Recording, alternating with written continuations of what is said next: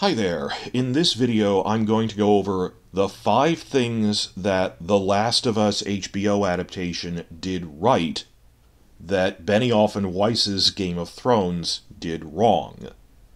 This is my review of The Last of Us in general, as it was basically the show of the year. And I realized it breaks down into specifically 5 points that work as a direct comparison against Game of Thrones. Now, if you're new here, this is a Game of Thrones franchise channel, and we did figure out what was going wrong behind the scenes on it, that Benioff and Weiss are literally con men who fake their way into running a major TV show. They are deeply incompetent, and all of the little crazy things going on one season to the next aren't in isolation. They are part of a consistent pattern of they're incompetent, and most of all, they wanted to build up the core celebrity actors to pander them for major awards. Because when you get awards hype, it boosts their own profile as showrunners so they can jump ship and leave for a movie career.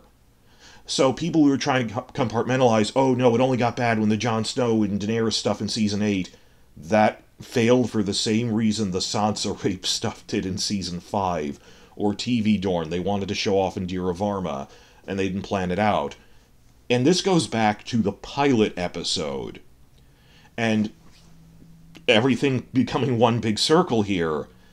The person, when they go, oh, we screened the pilot to some of our writer friends back in 2010, and the one response we got was, massive problem, this is incoherent.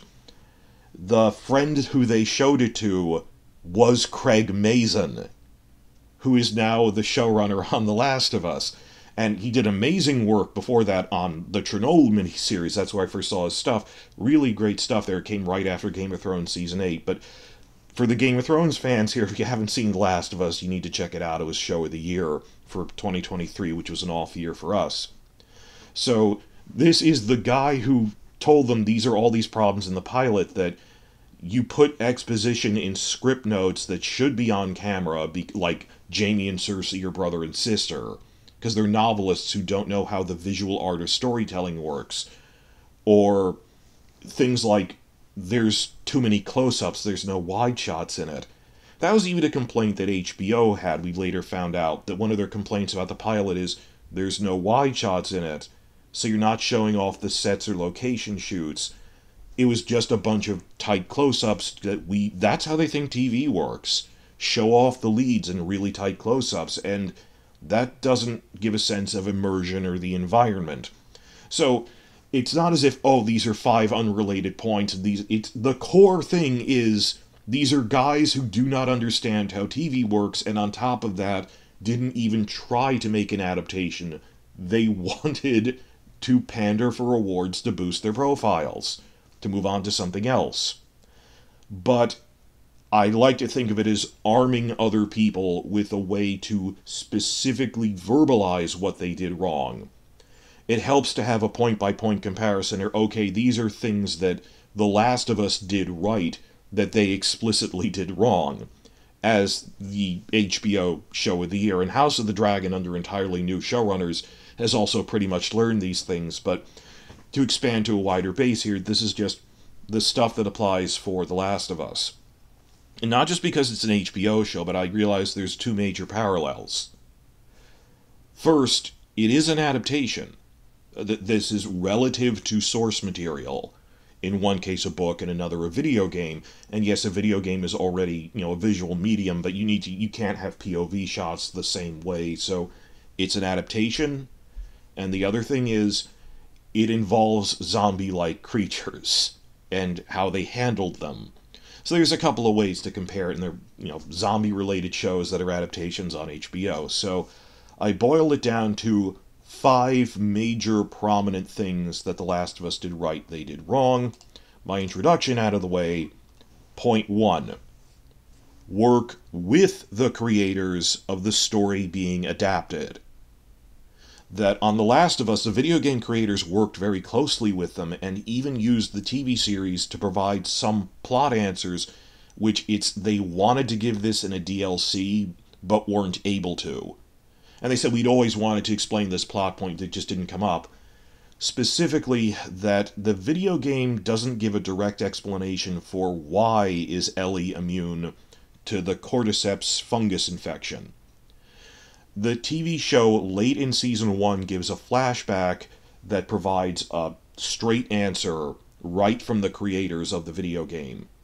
That, well, it's not that she's just a random genetic mutation. She was always immune from birth, that she's actually sort of like Blade the Vampire Hunter from Marvel Comics. Ellie is Blade, that's a meme going around, that her mother was bitten while she was pregnant, so right before she gave birth, and it was enough that she had the infection from birth but in a dormant state.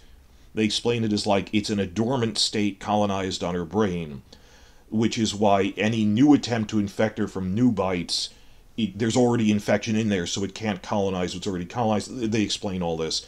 But this is an answer straight from the creators, which they directly said this is a core background mythos thing of why is a central character immune that was meant for a DLC that we just didn't have a chance to do. And there's other things in the games where they mention, like in the second game, she's even worried about, could I pass this on to other people by kissing them? No, she can't. I mean, there's a point where she tries to pass her immunity on to someone else with a blood transfusion. It doesn't work that way. You need to infect a pregnant woman to have it in her brain since birth. All of that straight from the video game creators. In contrast, Game of Thrones lied to us for years, heavily lied to us, by really playing up the PR campaign in the first few seasons that we are working so closely with George R. R. Martin, he gets to write one script a year, and in reality they could overrule anything he did. And as he later said, I was barely in communication with them. That they were not collaborating with him. I actively was praising the show by like season 3 of, isn't it great that Martin himself is a writer on this and they're collaborating with discussions? They were not. This later came out in James Hibbard's book, Fire Cannot Kill a Dragon, which is a series of interviews which was tone deaf. They didn't realize how bad it made them look. There's this one quote that went around a lot that Martin said that they were ignoring me since the pilot. It wasn't a gradual process, it's as if a switch went off. And as soon as they got the rights, they started ignoring me. And he describes this surreal moment right after the green light on the set of the pilot where a lore question came up and Benioff and Weiss started debating it between themselves, even though the guy who wrote the book, is standing right in front of you, feet away. Like, they were having a three-way conversation, a lore thing came up, and then they just stopped talking to him and were debating it back and forth between themselves, and he was trying to get a word in edgewise, and they were ignoring him, which is just so bizarre. And it wasn't even a controversial thing, it's just how much they were ignoring him since the beginning, and how much of a song and dance routine and act they put on of, we are really working with him.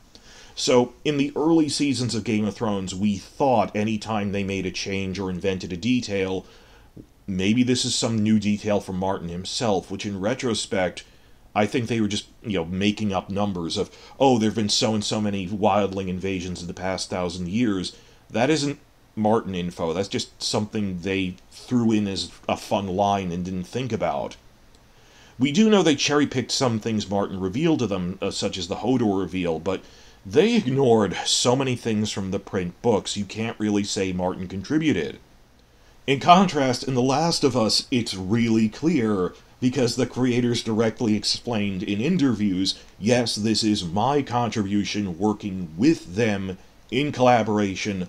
We directly explained to them, why is Ellie immune, and we were even going to do a DLC about it. So, if you're going to do an adaptation, don't utterly ignore the living creator and go off and do your own stuff. But again, this is all redundant because we know it's not that it was a weird adaptation. They didn't want to make an adaptation. They saw Game of Thrones as a stepping stone in their careers. Craig Mazin could have seen The Last of Us as a stepping stone in his career. Instead, he chose to work with the creators to tell their story. Point 2 out of 5. The Last of Us and Game of Thrones both had zombie-like monsters, but The Last of Us made it a point to use its zombies sparingly. more generally cool action stuff, like in a sci-fi thing it would be Aliens, or Star Wars can't have a Jedi versus Sith battle literally every 5 minutes. It dilutes the impact, and is usually spectacle trying to deflect from lack of story. The Last of Us has the infected, and they're alive, but they're fungus zombies, but they're living creatures, while Game of Thrones has the Wights, Wights, of the White Walkers. I forget sometimes that in audio those are homonyms, but the Wights, the white zombies in Game of Thrones, are reanimated dead corpses, not quite actual zombies, because if one bites you, you don't turn into a Wight. Though their masters, who are these ice demons, can reanimate the corpses of those they kill, so they still grow their numbers exponentially. And on top of that, the TV show didn't stress this enough, Wights are a lot tougher than regular zombies. That their limbs can keep moving independently of their bodies. This is Evil Dead rules. That if you cut one's arm off, the arm will keep crawling after you, trying to strangle you. That you have to hack them to pieces or burn them. Whereas the infected in The Last of Us are alive. But, okay, there are parallels here, that there are zombie-like creatures in both. And The Last of Us creators in interviews specifically said that in adapting it to a TV show, they took out most of the infected encounters that you would have in a video game. Obviously, the source material is also different, that in a video game you're going to be running into enemies a lot more.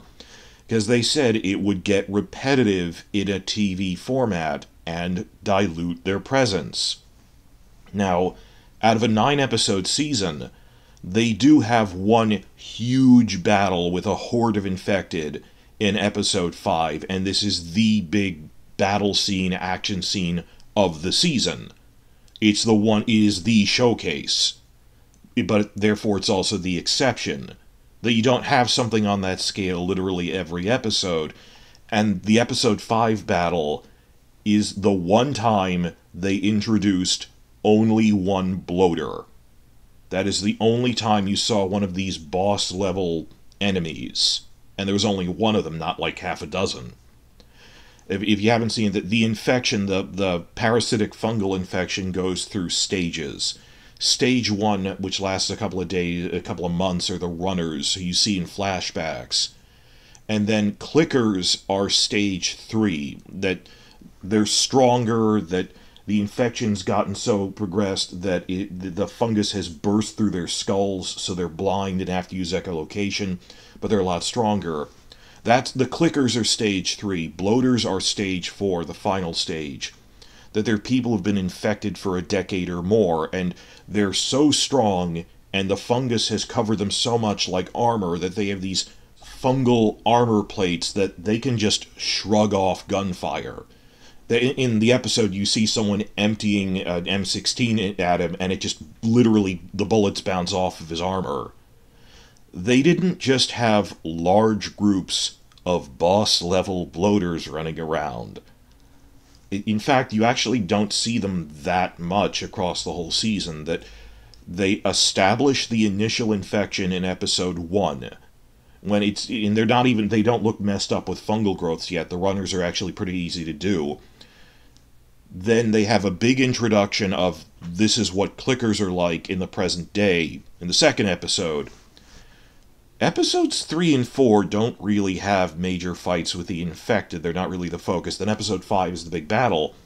But after that, through episode 9, the infected only make 1 or 2 noticeable appearances.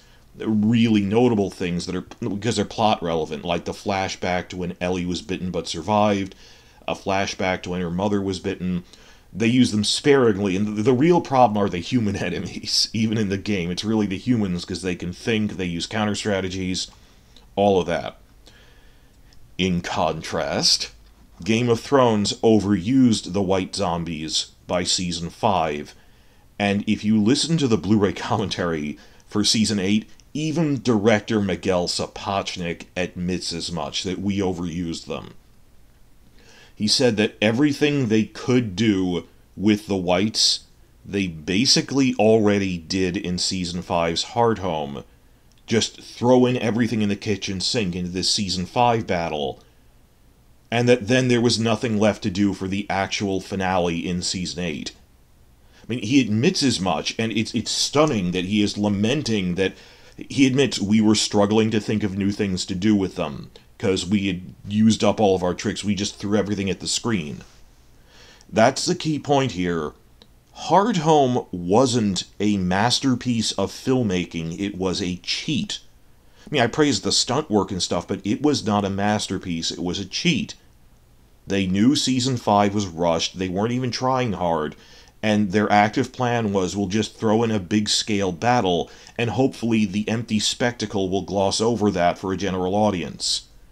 This is a strategy they've actually tried to use more than once. Also in Hibbert's book, he revealed that they told him as early as Season 3, we are not trying to go the 10 seasons this deserves, we are planning on actively concealing from HBO that we intend to stop with Season 6, then make a pair of movies to segue into launching a movie career. And apart from that this is lying to and strong-arming HBO and it didn't work, they said word for word in Hibbert's book, the hope is it has such a big movie budget with so much action spectacle that it'll gloss over any loose ends from the story we rushed through. So this is something they are actively trying to implement more than once. Have a big spectacle that'll gloss over our writing failures. And what's sad is, how are you complaining about, Season 8 or even Season 7 battles that don't make sense when this started with Hard Home? And of course you have to remember that I talk about this more in other videos.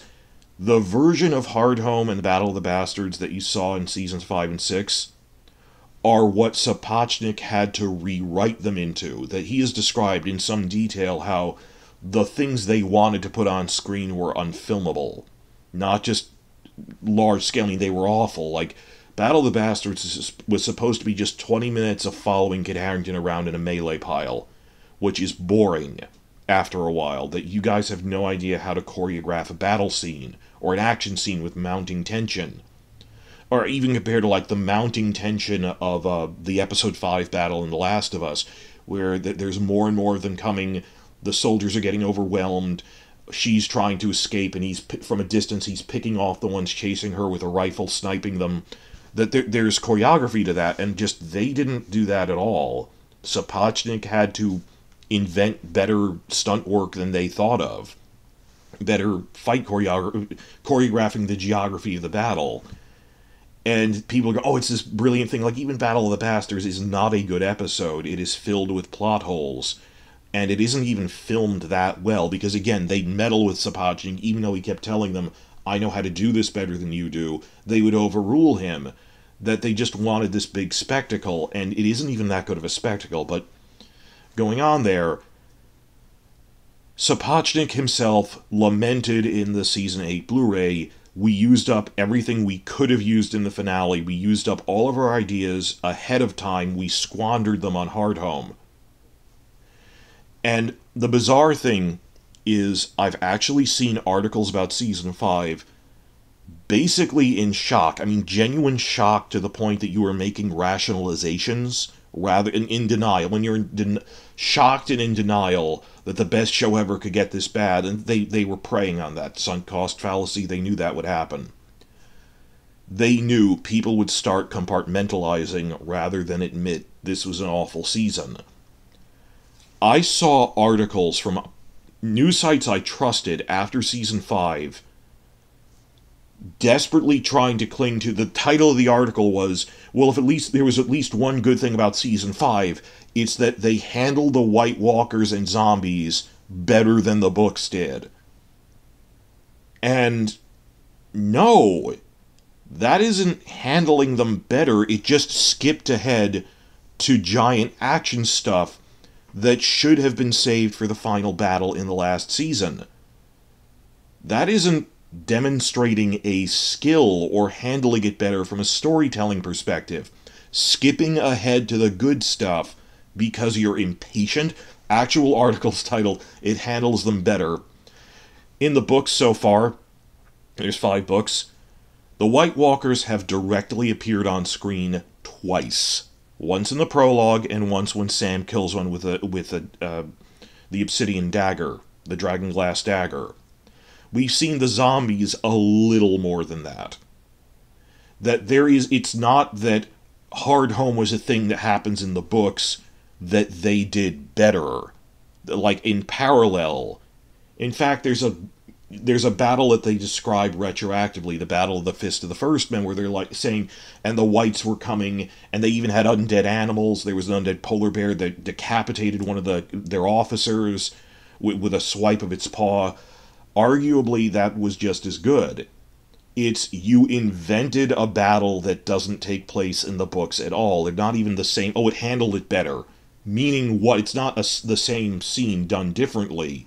You invented a large-scale, empty spectacle battle, and then said, look at how much better they're handling it. When internally, it's just unloading everything early, that they played their trump card early, and that no one is willing to look at the show as a whole in retrospect. It's all just compartmentalizing to say how good it was. That, in retrospect, we overused think back to how big the White Walker hype was from the end of Season 5 through Season 7, and just how much they overhyped them and overused them, to the point that the director himself, their biggest director, said we ran out of ideas for them by the final season, what should have been the big climax, because we didn't save anything. I mean, what is the main rule of horror movies? Never show the whole monster until the final scene. You never get a full look at the shark in Jaws until relatively late. And the first 4 seasons of Game of Thrones, when they were pretty much following how the books handled them, that you see them you see them out in the darkness vaguely, like Season 2, when Jon is at Craster's Keep, he just sees a figure in shadow picking up a baby, and you see the aftermath of their kills and their presence. Basic rule of horror things like Ridley Scott's Alien and stuff, you see the whole thing only at the end. Imagine if, like Ridley Scott's Alien, you had a really good look at the alien, like, when it kills Brett halfway through the movie, in its adult form. The way Scott filmed it, it's all these quick POV shots that you don't see the whole alien even in that scene, even though the characters in the scene, who came in just as it was running away, got a really good look at it. The camera doesn't show that. This is one of the most basic rules of horror, that you're supposed to tease it out. And that Sapochnik himself lamented we overused them and ran out of ideas, versus The Last of Us has interviews where they have to explain we chose not to use them even as much as the source material did, because admittedly, the source material is a video game. And they said that doesn't translate well on screen. You can't just have them shooting these things all the time. It makes them less scary. And we have to save a big attack by half a dozen bloaters for next season. I don't think, Stage 5 is sometimes they merge together into a clump of them. It's called a Rat King. It's this big thing from the second game where there's a Rat King that's basically like a dozen of these things merged together the way mushrooms sometimes merge together. Like, if Benioff and Weiss were doing this, we'd have half a dozen Rat Kings by the end of Season 1. Versus you're going to have one as a big standout moment in what I assume is Season 3 of The Last of Us, as this one-shot super boss. That's it, that there was one bloater, and it impressed everyone, and just how they showed this one thing is really dangerous. It can grab a man by his throat and toss him around like a rag doll. It can take a full clip from an M16 and just bounces off of it. It was scary. Versus if you overuse, and you can actually see the monsters pretty well. It's not even like Alien where, we see it in glimpses. You can see the infected pretty clearly when they're walking around because they're blind using echolocation, but they're not in that many scenes, and they're always dangerous. It's always an effort to kill them. Makes it scarier that they didn't overuse the monsters. You save that. This could be said of any action scene, even humans fighting humans. After a while, you need to think of ways to keep the battles original. If you rely on only spectacle, the spectacle gets boring if you overuse it, and it gets repetitive. Point 3 out of 5. Cinematography. That Last of Us compared to Game of Thrones The way to make a TV show feel immersive in a sci-fi fantasy world, either straight up medieval fantasy or a post-apocalyptic setting, the way to make TV immersive is with wide shots and detailed sets that you show off. That this is how cinematography makes you feel like you're there. They have wide shots depicting the whole world. And Last of Us did this very effectively, that they'd have a huge vista of the ruins of Boston outside the quarantine zone, or an active military checkpoint within the QZ and it's inhabited, but there's a lot of set dressing with paperwork and posters and stuff and aging, that the detail was thought out. Not necessarily a big vista, something like a big vista of a ruined city, or a checkpoint that's got a lot of paperwork in it and just it looks worn and real. Other things that really impressed me were like a wide shot of a highway full of wrecked cars leading up to a tunnel entrance they had to go through to get into a city, but it was clogged, and just you see the scale of the devastation. What Game of Thrones did was pander the lead actors for Emmy Awards with tight close-ups, so you'd have bizarre scenes that don't just briefly intercut to show their reaction shots, then back to the landscape or the monster they're looking at. The face shot isn't a reaction, but the point of the scene, to get awards, and it destroyed the storytelling. We call this the these performances, these faces thing, because that's how, it was like a meme that Benioff drilled into people whenever they questioned this on set. We heard more than one director in different commentary tracks saying, well, why are we focusing on this character so much? Well, when you have these performances and these faces, you need to show them off. And just pay attention to that keyword, faces. Anytime Benioff is in the commentary, he's not talking about plot. He's talking about, oh man, these faces look amazing, with no dialogue, just the emoting. Because that's what he thinks showing them off is. And we later found out, after the failed pilot, the pilot that Last of Us Craig Mazin said was incoherent to him, massive problem, HBO itself told him, we found this from the behind-the-scenes book after the show ended, you wasted millions of dollars on the pilot because there's no wide shots in it. From the way they described it, it was the same thing. It's just a bunch of close-ups on actor faces. So why did we bother building expensive sets that you never filmed? Or going to expensive location shoots that instead of looking at the mountains and stuff you were in, it was all focused on the actor. That, not my opinion, head of HBO yelled at them, we could have filmed this in a parking lot. That you didn't know how to use and show off all of the expensive things that we put into this, you idiot. And so it was weird when people were like, by season 7, the really hardcore drank the Kool-Aid crowd were saying, I feel like I'm in Westeros, when no, these are like very tight close-ups of Kit Harington's face that are actually doing a bad job of showing off the set he's in. And they purely from a logistic, not artistic standpoint, they wasted money on that. I mean, a lot.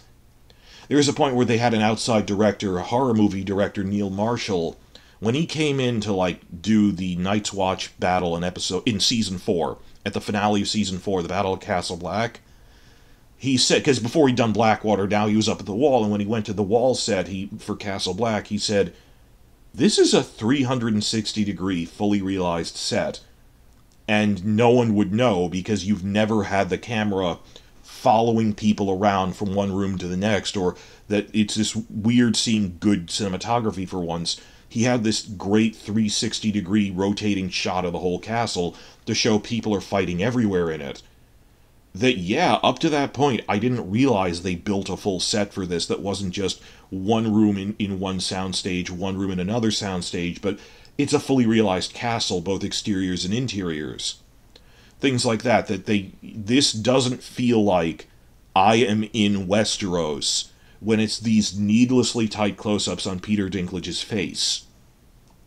The things they said in the Last Watch documentary, which I have clips of on the front of my channel, that we spent 7 months building this fully realized King's Landing street set that we barely used. That they built a fully realized Winterfell for Season 8 with rooms they never went into. Benioff and Weiss didn't even know that clothes need to be aged. Breaking it, the breakers, that it doesn't look like it's new and off the rack. And they've joked about this. They joked about this at Austin Film Fest. That, we thought a casting department needed literally one person. We didn't know it takes 100 people, not just producers, but there's an entire department of a dozen people who just make the leather look aged. And this is part of general television and stuff.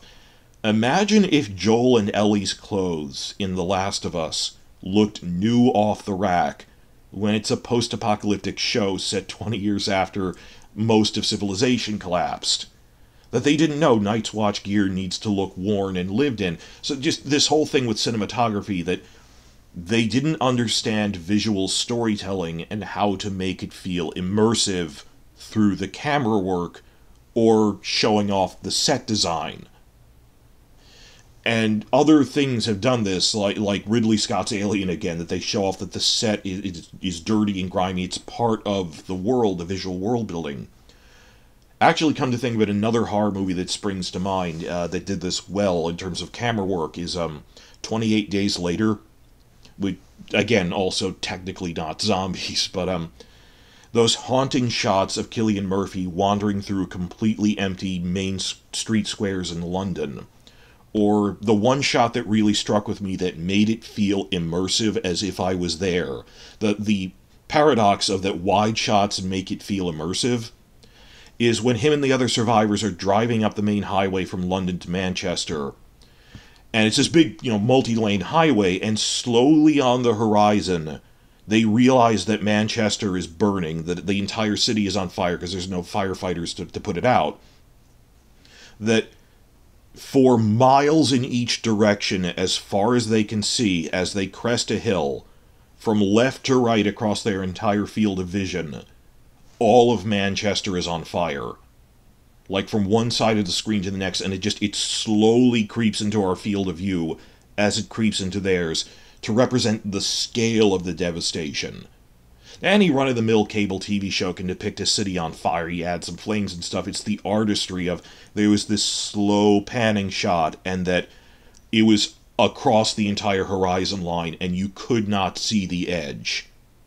And it wasn't playing off of their reaction, that, well, it starts pointed at them, and you wonder, what are they looking at? And then the camera turns, and you go outside of the car, and the camera slowly pulls up, and you see that there's fire from across the entire horizon line. That is a stunning, horrifying shot of the scale of the devastation. And The Last of Us would use wide shots to give that sense of immersion. Not just ruined cityscapes, but just the isolation of Joel and Ellie's trip through the wilderness. Just they're in a not particularly devastated part of a forest or something.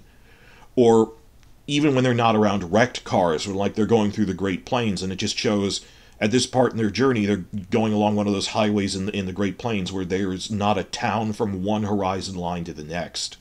And you just see the isolation of that. Or like that episode where they're on foot for a time, and in a field in the background you see a crashed airplane. And then they start talking about, oh wow, I've never been in a plane before. That gives you a sense of being in the world. That instead of a bunch of tight close-ups on Ellie, there's a wide shot and they see a plane and you hear them talking about, I've never been in a plane. And you just realize the scale of the devastation. So Game of Thrones was horribly filmed because they were trying to pander to the actors. We need to have the faces, we need to have the faces. And just watching The Last of Us, I was so impressed. Mason is the person who criticized them for this after the pilot. Their alleged friend, who Benioff and Weiss have made it a point of being known by the well-known, that you hear that they socialize with so many other major people who are directors and filmmakers when they themselves don't really have much to their name other than Game of Thrones. And in terms of, tell me in the comments, what does it mean for something to be immersive when the camera is a few inches off of Peter Dinklage's face all the time, or actually showing landscapes the way that The Last of Us would show the world in wide shot, or pointing the camera away from the damn actors and at the really good set dressing to show a lot of detail went into this world. Oh, and before I move on, it should go without saying, as a corollary to cinematography, have wide shots, don't just point it at the actors' faces, Last of Us actually knew how to film an action scene in darkness at night. That these guys, the Game of Thrones guys, did not know how basic camera work functions. That episode 5 of The Last of Us is the big battle against the infected of the whole season. There's a horde of them that pops out from underground, and it takes place at night, but there's an entire building that was set on fire, which is the obvious light source for the whole scene. Instead, for Game of Thrones, it's bizarre when you hear secondhand how people in the commentaries were talking about how they went about this, and Sapochnik bitter about it, and just... Apparently they would insist to people, no, it is a night scene. That means it happens in darkness. And on a scale of months, directors, cinematographers, and VFX people were telling them, you won't be able to see anything. You won't even see the actors' faces that much. And apparently they just got it in their heads that this impresses people. When, on a scale of months, people were even showing them, there's this thing where you have concept art of the lighting levels, and it looks pitch black, this concept art of the lighting levels, where people were warning them well ahead of time. Everyone knew this would be a disaster. It isn't, oh, adjust your TV. Everyone who worked on this knew what they asked was insane. Well, not the cast and crew, because they weren't behind the camera, but anyone in a position like the VFX team in particular. One of the things we found out from the Blu-ray commentaries is they didn't just film in darkness. They ordered the VFX team to spend millions of dollars on Dragon VFX and Battle VFX, which they would subsequently darken. When the VFX guy was desperately trying to tell him, can't I just make cheaper CGI at lower quality for this one shot where it's not going to be visible at this light level anyway? Literally the only people who will see the amount of detail that went into it are the VFX team themselves. This will never be on screen. Much like how they had, like, the Winterfell fully realized set that there's like a bakery and a brewery, functional bakery, that they knew the camera would never go inside. Then why did you build it? It doesn't exist on camera. That the VFX guy was telling him, this is so dark, Melisandre just looks like a disembodied face floating in the darkness because her robes are dark. You need to brighten it. And they said, no, it is dark. And it's just, these are career experts in film. They're telling them, you need to think of a light source. I refuse. Like, have them set their trench fires that are lighting it because the whites are vulnerable to fire. They didn't want to do that. House of the Dragon has competent people running it now that... episode 4, they had this big scene where Rhaenyra and Daemon sneak out at night, and in the interviews, behind the scenes things, the cinematographer is explaining, we had to think up what are light sources in this medieval city at night, and we thought up there's a street fair going on with like people juggling fire sticks or something, or bonfires, something as a justification for the normal light levels that you'd have on a city street, that we can at least see where Rhaenyra and Daemon are. It's dim, but we can see them. But he explained, I had to think out, there's a fire here so we can see everything. Versus Game of Thrones, when the VFX team and directors were begging them, they can't claim ignorance, there are no light sources, you will not be able to see anything. And they were going, well, of course, because it's night, it's a night battle, it's supposed to be dark. Then why are we building all of this? This is just a short corollary to you have no idea how cinematography works, whereas The Last of Us actually look at the effort and patience and attention that went into that night battle in episode 5. Not just the spectacle, but that this is the one time we're pulling the veil off and showing a horde of these things. Had more impact. That there is a light source, that a building is on fire so you can see what's going on, and that it pulls back in wide shots to show the scale of the battle in a few scenes, that it isn't just Ellie's face, but you can tell there's a geography and pacing to what's going on. All of that, of course, ties together. Moving along from that, though all of this is related, point 4 out of 5, Last of Us versus Game of Thrones. Last of Us developed and explored side characters from the source material, whereas Game of Thrones cut central characters, increasingly, and yes, they are at a different scale. Last of Us is a relatively small-scale game. It's mostly Joel and Ellie and the people they meet. Game of Thrones is a sprawling thing with hundreds, thousands of major characters. Some were going to be cut. I'm talking relative even to itself in the first 4 seasons. There were characters that they just cut and let fall by the wayside, that they weren't planning it out. You cannot say these guys are professional filmmakers, versus The Last of Us. The 3rd episode is devoted almost entirely to the story of Frank and Bill. And there's the story of Bill the survivalist and his partner Frank. I mean, Joel is in it briefly, Ellie's in it like right at the end, but this expanded considerably from the source material. Game of Thrones would have never done that. That they were dropping established characters. This gave more for them to do. And it just tangent here. Some people drew backlash from the usual bigotry that they're inventing a gay relationship. Well, guys, I didn't play the game, but having checked this, like, Bill was gay in the video game. I mean, when after they die and Joel and Ellie are leaving with Bill's truck, Ellie finds a gay men's porn magazine in the back seat in the video game. And that scene is line for line in the TV show. So he is a character who, in the background, like in a line or two, they mention he's gay in the video game, and they said, why not expand to show what that guy's life was like for a full episode? Because he's this interesting survivalist character.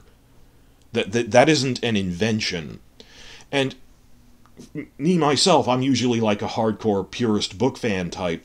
I am hesitant to race swap, gender swap, or orientation swap characters in an adaptation, because I feel if you're going to do it, you need to do it thoroughly, carefully and attentively, not just a half-hearted, whitewashing, but thoroughly develop that you change this character into these fundamentally different characteristics. Like, if you're going to make Jim Gordon a black man in the last Batman movie, think of how he'd react differently to, like, being a police officer, or if you changed a Marvel character to be a woman instead. That if you're going to do it thoroughly. So I'm hesitant to only do it if you're really paying attention. Like, House of the Dragon had some characters that they changed to be black, but it's a fantasy world, and I felt it made sense in context to they're from the other continent. But I'm fine with that. But I'm not, let's change it for the sake of changing it. This is an irrelevant discussion, however, because they didn't invent that they're gay. He was a gay character in the game. I shouldn't even be spending that much time talking about this. I don't have a problem with that. And it's a really poignant story on top of that it's, let's focus on these other characters, and they do not get killed by the zombie apocalypse. That it's an interesting part of The Last of Us. It's 20 years going into this apocalypse, that they've managed to survive for 20 years, and eventually one of them just dies of old age. And that's a universal theme, the inevitable creep of time and saying goodbye to loved ones. So that was a really well done thing, and just the idea that you would invent a full episode about what was a side character in the game, really expanding on them and doing it well, that is something Game of Thrones never even tried to do. That they were trying to concentrate on the core cast members who could plausibly win Emmy Awards, and this increased drastically in the later seasons. I'm not just talking about that what is still a problem, that like Mira Reed disappears after season 7, or let's quickly rush the Tyrells out the door by blowing them up, when, in the books that won't happen that way, that there's no way this could happen that neatly. I'm talking like major people who were part of the starring cast. Now, it's a big show, so there's 24 starring cast members. So season 5 onward, what they came up with was, we're going to have this tier within a tier. Tier A, within the starring cast. These are the people, they might as well have titled it people who could plausibly win us Emmy Awards to increase our profile. It's Jon Snow, Daenerys, the 3 Lannister siblings, and the Stark girls.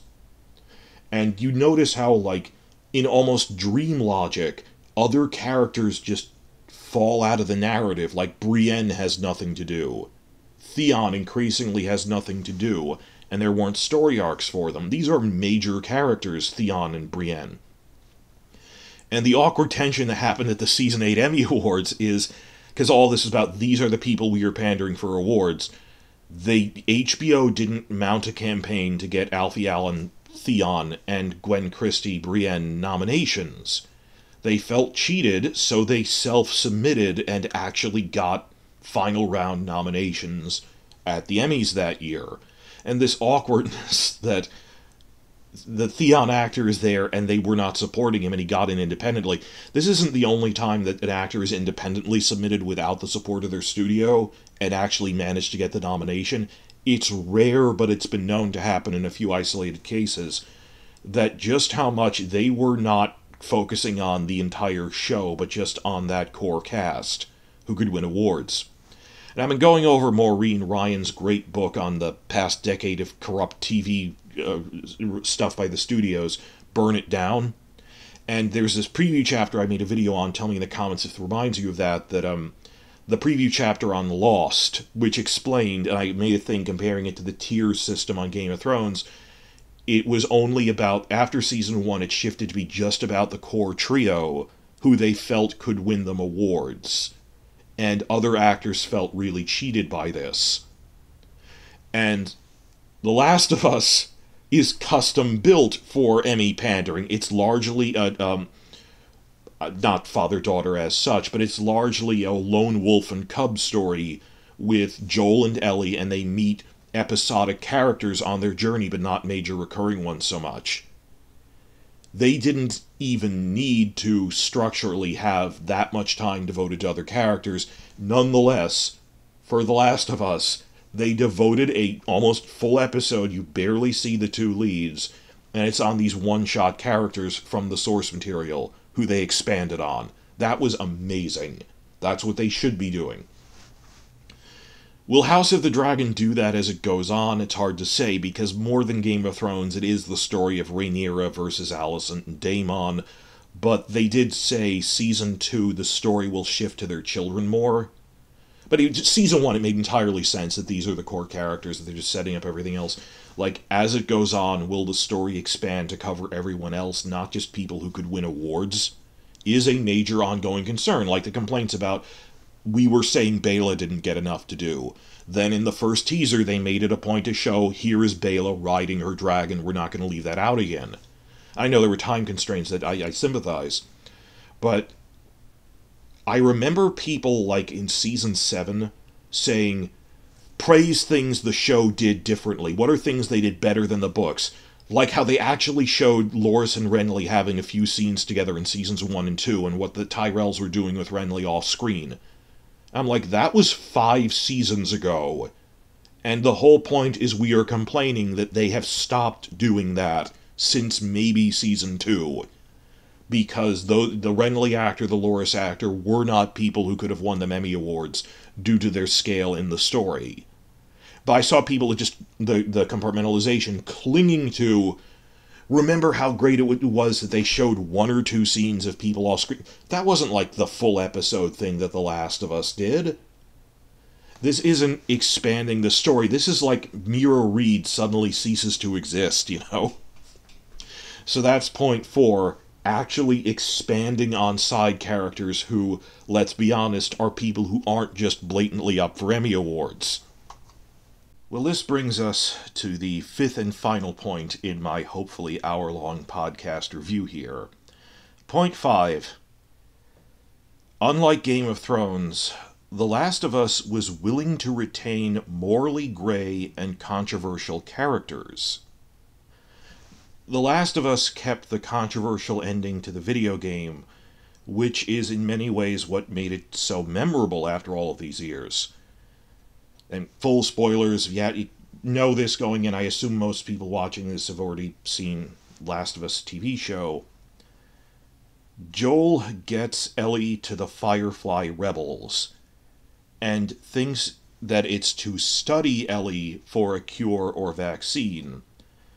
But he finds out that in order to study her immunity, they need to dissect her brain, which would kill her. So to save Ellie's life, Joel goes on a rampage, killing all of the Fireflies, the rebel movement, including, like, trained doctors and immunologists who are increasingly rare in the post-apocalypse. So even disregarding, he didn't just take Ellie and run. To get her, he killed everyone. So they're in even less of a state to study a cure without Ellie. And the morality of both sides in this is completely ambiguous and provokes a lot of debate. It's what made it so memorable and why the game is still discussed so much. From the Fireflies' perspective, Joel thought bringing Ellie to the Fireflies would make a cure to save the world. And, well, Joel, you have been willing to kill relatively innocent people to get Ellie here. She is one more life laid down for that goal. That's what you've been doing this whole time, making so many sacrifices. We have to get the immune person here. She's one more we have to kill. And on top, but more importantly, the Fireflies are not presented as doing this for personal gain.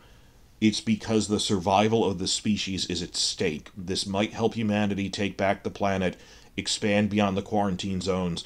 Not even expand. The quarantine zones are on the brink of collapse. They need this to save, if not the species, at least thousands of lives. On the other hand, the Fireflies didn't inform Ellie of this or ask her consent. And I've seen actually, like, news articles, this is a big topic of discussion, news articles with professional bioethics people reacting to the show saying this was negative for them, but they're not monsters. That the lack of informed consent, but still they're not presented as mustache-twirling villains. And for the ongoing story, I'll leave it that the consequences of Joel's decision reverberate into the story of the next game. There's only 2 games so far. Who knows if there'll be a third, or when it will come exactly. And they said they're going to adapt season... the second game will be split into 2 seasons, seasons 2 and 3. Maybe even if there isn't a third game soon, they would cobble together a 4th one. A lot of shows only have 4 seasons these days. Like Succession was only 4 seasons. This is going to be another giant 7-season show. So who knows what season 2 is, how good it'll be, because a lot of people thought it was controversial, but whatever. That those things have consequences. A theme of game, and themes are for 8th grade book reports. A theme, they said, is analyzing the depths you're willing to go to for people you love, even when those depths are objectively a bad thing. To have a gray thing like this. They kept that dark, morally ambiguous ending verbatim in the TV adaptation. They didn't whitewash it, they didn't soften the edges of it. It's not presented as a victory, but as Joel doing this very controversial thing. In contrast, Game of Thrones flanderized and softened all of its main characters because they wanted them to be likable. That the whole point of think of prestige drama protagonists. Tony Soprano, Walter White, Don Draper. These are morally ambiguous at best. And on top of that, they wanted, not just that would have been fine even for regular TV. These guys, these 2 morons, wanted the main characters to be likable, in contrast to all of that, because they were actively promoting and building a celebrity cult around the main leads. Actually think back to just how much hype there was around Maisie Williams or Kit Harington going into the later seasons that wasn't quite at that pitch level. And even in the early seasons, and even Kit Harington himself has said he was deeply uncomfortable with how much it became the Kit Harington show after the death and resurrection thing, Cliffhanger in season 5. He started drinking under the pressure. The actors themselves didn't want this, but to promote a celebrity cult of hype around the leads, both to make the show popular in general and to build them up for awards, because awards equal profile boost for Benioff and Weiss themselves. All ties together, rich tapestry here. They were trying to build up this amazing celebrity cult that these main leads could do no wrong. So it turned into that they're these amazing, ultimately poorly written characters. They became caricatures of themselves who weren't allowed to do controversial things anymore. Case in point, Tyrion. There was a widespread criticism, it was a relative meme among the critics that were starting to form, that he'd become Saint Tyrion. That they put him on a pedestal when they went off book in Season 5, really at the end of Season 4, that in the books, he brutally kills Shay, even though she probably didn't have much choice in having sex with his powerful father. He has no idea if she did it willingly. That for all she knows, he threatened her. And what's she going to do, resist the hand of the king?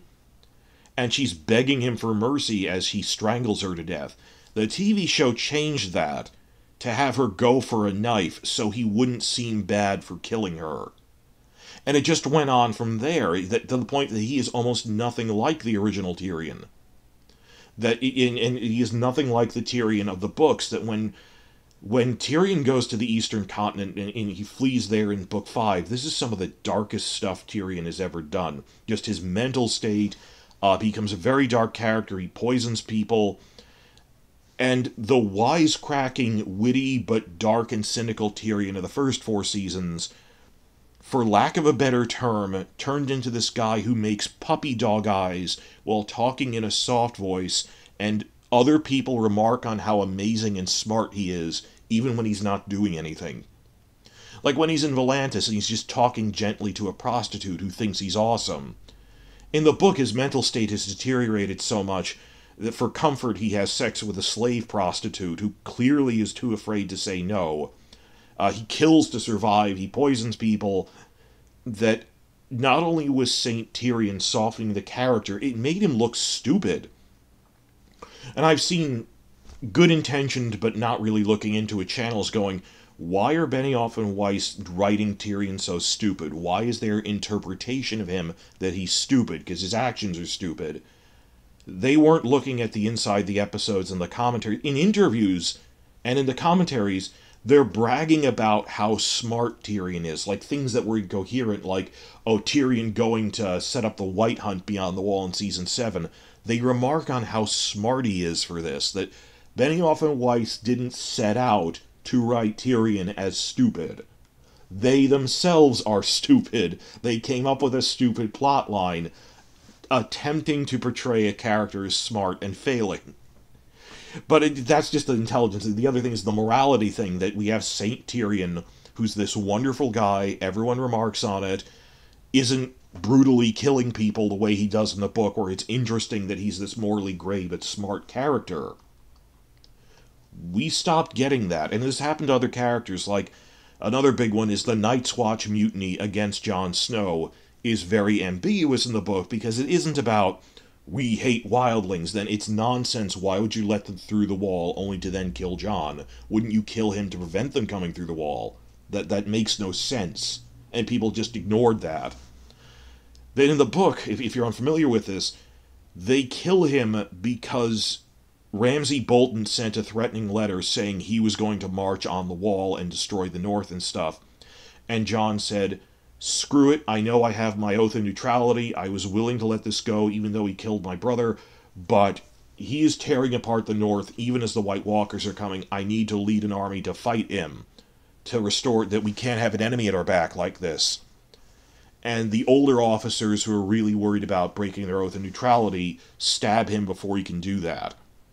They aren't mustache-twirling villains, and in the TV show they made it, we hate wildlings. Which really removed the ambiguity from Jon's actions, that it was a controversial thing he did. You know, it's probably the right one. Or Arya. Arya became, quote, Little Miss Badass, who never does anything controversial. What if Book Arya massacres the Frey women too? Now, I think Arya will be involved in that storyline. Maybe she won't personally kill all of the Freys. I think the Brotherhood Without Banners is going to play a role in that. But let's, for the sake of argument, say that it's like what the show did, where she poisons all of the male Freys in the TV show, but makes it a point to order all the women out, so she spares the women. What if, for the sake of argument, in the upcoming books, she poisons all the women too, to completely destroy their bloodline?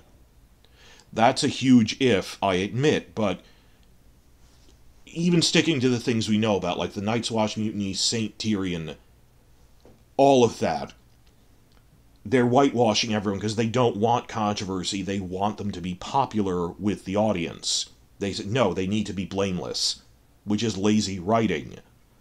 And this all builds up to the suspicion, based on other changes, that Daenerys' death in the books will be drastically different. The real story, yes, I use the word real story of the books, is probably quite different. That I think what's going to happen, the theory going around, not just me, is that she'll blow up the Red Keep by accident with the wildfire stashes within it. Or how about those refugees used as human shields who they mention in episode 4 of season 8, only to then completely forget about by episode 5? We think they re-edited this at the last minute. Maybe in the books, she rationally but coldly decides to shoot through human shields to end the war quicker, something like that. Maybe, just for example, she massacres the Lannister soldiers but not civilians, and explains to Jon, well, they massacred your brother Robb Stark's army under a banner of truce. They broke the laws of war first, which means we don't have to honor the laws of war for them anymore. They give up to the right to surrender when they kill people who are trying to surrender, which is a thing I actually agree with, that if you break the laws of war no longer apply to you. I don't feel I need to be the better man. It's when you break the rules, you become the enemy of humanity. That's the term they use for pirates under naval law. I'm a humanist, that you are the enemy of humanity if you break the laws of war, and I don't have to feel held to them. That's the moral impetus. That's what restrains people from, oh no, if I break the laws of war, no one will ever let me surrender again. That they can't just break them and say everyone else will be too honorable and will extend me the courtesy I didn't extend to them, and letting them surrender. So that's a whole argument. That's why I'm debating it here. That would be an interesting controversy. And what if, and this is all hypothetical, what if Jon is upset about this mentality because he's too honorable, and decides to kill Daenerys rather than go along with that? If I can't kill even these war criminals, I'm not on board with that. Still morally ambiguous. This is all for the sake of argument. What if something like that happens in the books? The running theory is that Benioff and Weiss panicked and realized that at some point Jon kills Daenerys over a disagreement about should we follow the rules or not, but she's acting rationally, just a little more ruthless than he's willing to do. And that him killing her would be much like how the Night's Watch stabbing him was morally ambiguous, not mustache-twirling villain mode on their part.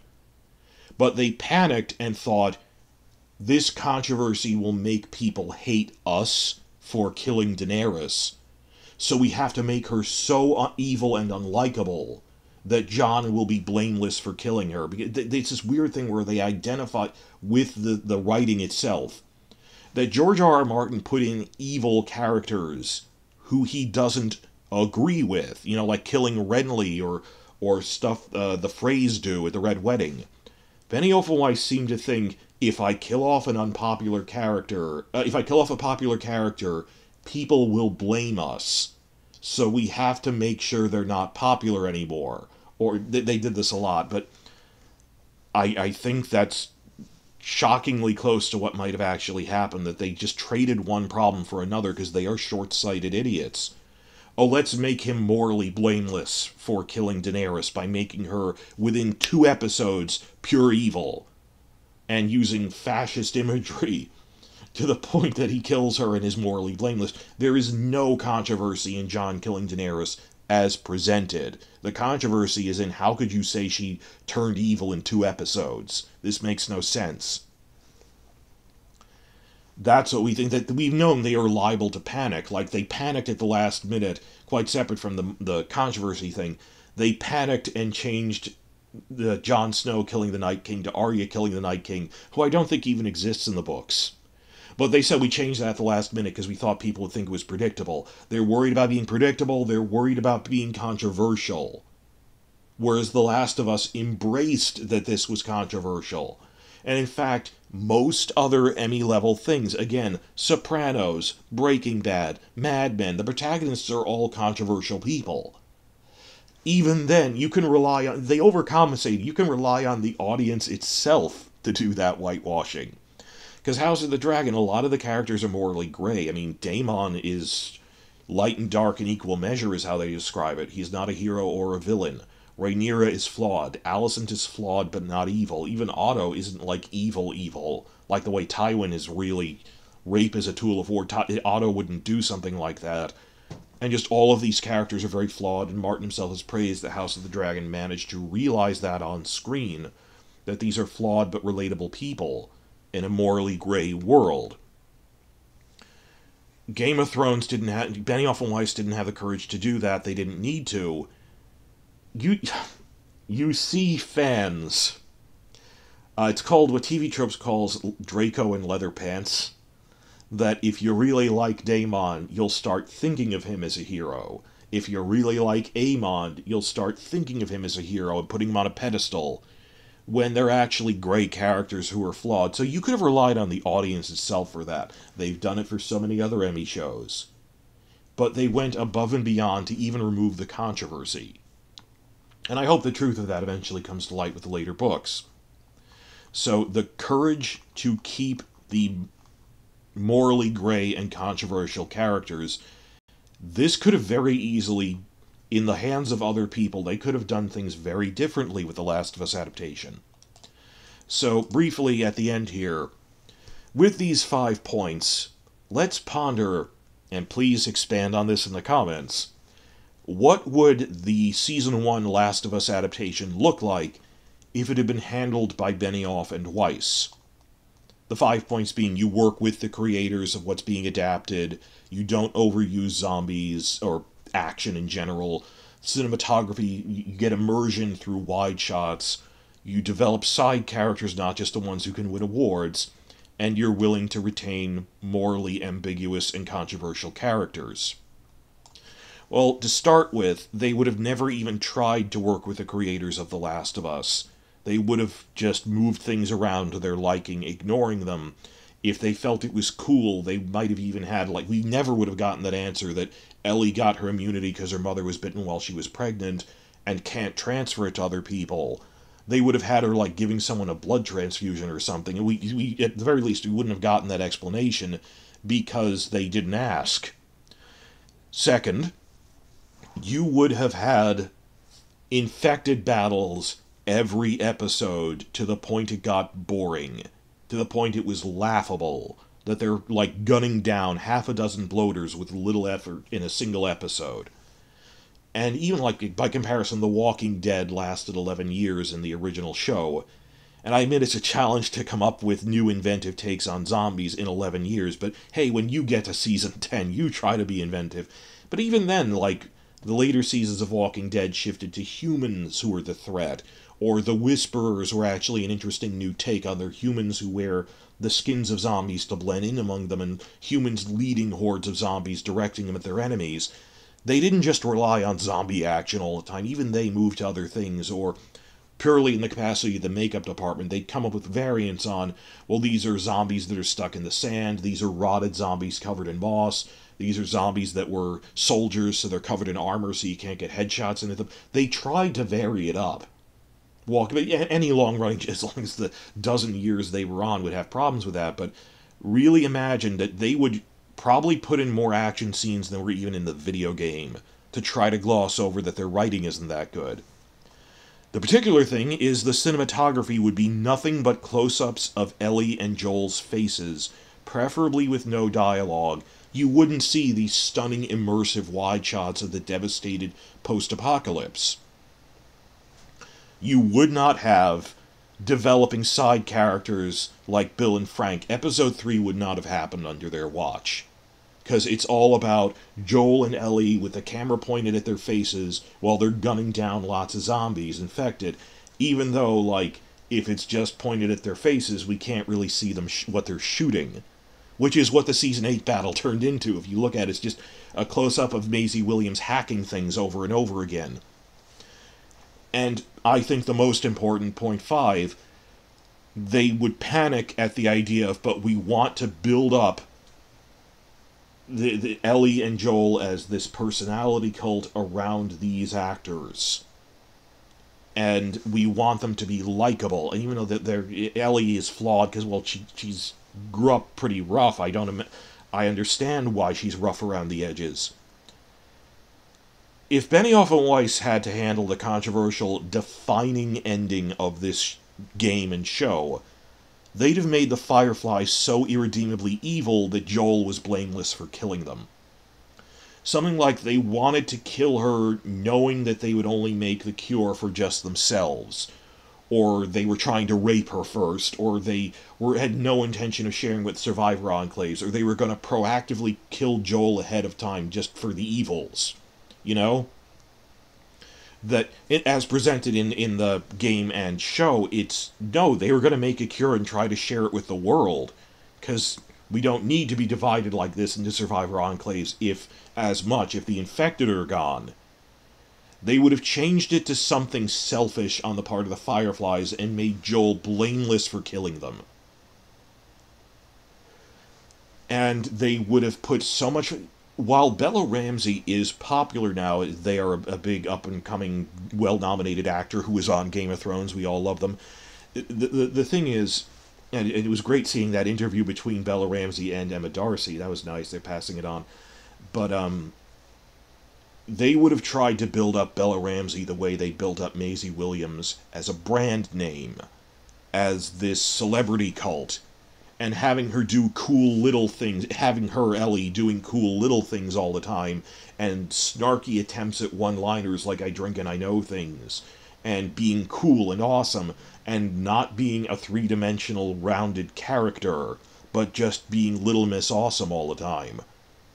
Not morally gray, wiping out half a dozen bloaters with a well-placed Molotov cocktail or something. That is what you would have actually had. And I know people are going, it would have been a bad final season. What specifically was bad about what Benioff and Weiss were doing? They were pandering actors with close-ups and were trying to just feed this personality cult of, they have to be popular when it is controversial. I think that's going to hit the fan when Season 2 comes and the consequences of the controversial thing Joel did come. Fans who put him on a pedestal will think why is this happening when it's kind of logical storytelling. I mean, you can agree with it, disagree with it, but it's not like it came out of nowhere. That the cycle of revenge that people come after them for what they did. And I'll leave it at that. And then they have to deal with that. That is... So just looking at this, thank you for going through this whole hour review if you're still here, but it was the show of the year, so I hope people actually stuck through this, and I made it a podcast so you wouldn't have to look at too many different slides.